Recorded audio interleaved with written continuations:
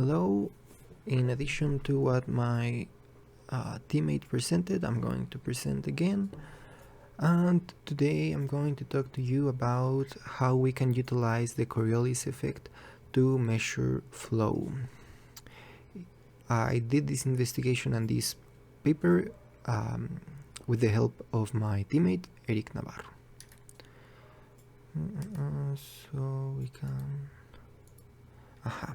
What means the Coriolis force in liquids? In liquids in particular, because Coriolis force is, as this general description also applies to objects, it's basically how the rotational movement of an object gets distorted in relation to a plane which is also rotating. For example, utilizing the Earth as a reference frame, it can be explained as the Coriolis force is an apparent force that acts on mass moving in a rotating system such as the Earth. It acts perpendicular to the velocity of a moving object relative to the rotating reference frame. So the rotating reference frame in this, for the sake of the explanation, is Earth, but as we'll see further along the presentation, is the U-shaped tube in which we will flow our liquid we want to measure.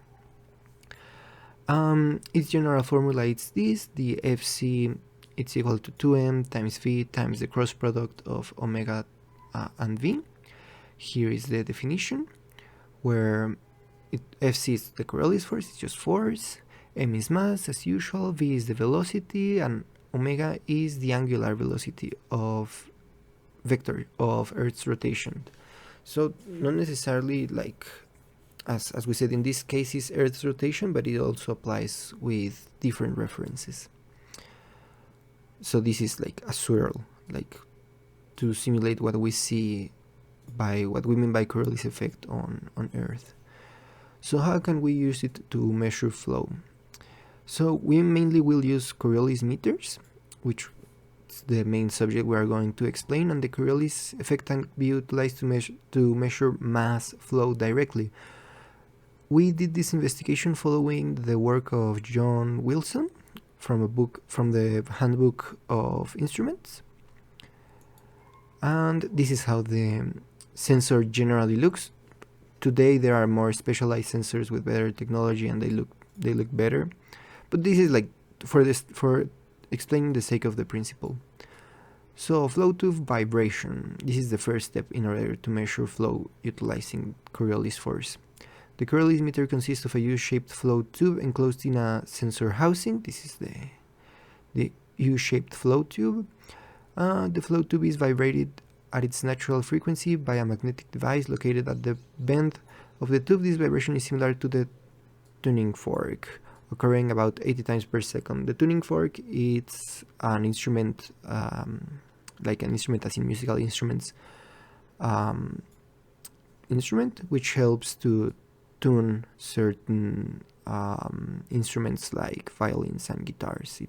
It's a fork-ish. It's just an U-shaped piece of metal which, when you hit it, it vibrates, and then you can stick it into your instrument and you can play the note you want to play and compare them. So the twisting effect. As the liquid flows through the U-shaped tube, it is forced to take on the vertical movement of the tube due to its vibration. This movement causes the liquid to exert force on the tube, leading to the twisting of the tube. So here is like an exaggeration of how the tube would twist, which would be this motion, or also this motion. And then we have, like, how are we going to measure that twisting, for saying so? Magnetic sensors located on each side of the flow tube measure the velocities of the tube, which changes as the tube twists. So the tube is going to be vibrating, and then the tube is going to be twisting, so these pickup sensors will measure the twist. Not necessarily the vibration, because we are controlling the vibration. Now, how can we use these measurements and these motions into electrical signals in order to know what's going on? With the conversion to mass flow rate. The sensors feed its velocity information to the electronics unit. This can be a PCB, bigger computer, it all depends on the sensibility and like how, like the type of forces, like the magnitude of the forces that are being applied to the sensor. So in the electronics units, this information is processed and converted to a voltage proportional to the mass flow rate. The amount of twists in the flow tube is directly proportional to the mass flow rate of the liquid. So this is the important part, because this is telling us what is the mass flow rate by how much the tube is twisting, and like how fast is it twisting. And so the advantages of utilizing this instead of other types of sensor to measure flow. The Coriolis meter directly measure mass flow, making them suitable for mass-related processes like chemical reactions and heat transfer. So as we mentioned in this slide, we are measuring the mass flow rate. And this is very beneficial because because it can be used with liquids that have variable viscosity at given temperatures and pressures. There is no need to compensate for changing temperatures and pressure conditions, and the meter is linear, eliminating the need for adjustment based on variation in liquid properties. So the measurement, the meter itself is a filter on terms of quality. So as we can see, it's very versatile for different types of liquids, regardless of their viscosity, the pressure they need to exist in, and like the temperature they need to exist in also. And applications. Coriolis meters find applications in a wide range of industries, including adhesives, coatings, and liquid nitrogen. So we can see that precisely because they are very forgiving with liquids from variable viscosity, they are being used in things like adhesives and coatings. Coatings in general are very viscous because it's a coating, so you want it to stick to whatever you are coating, like for example primers in terms of painting.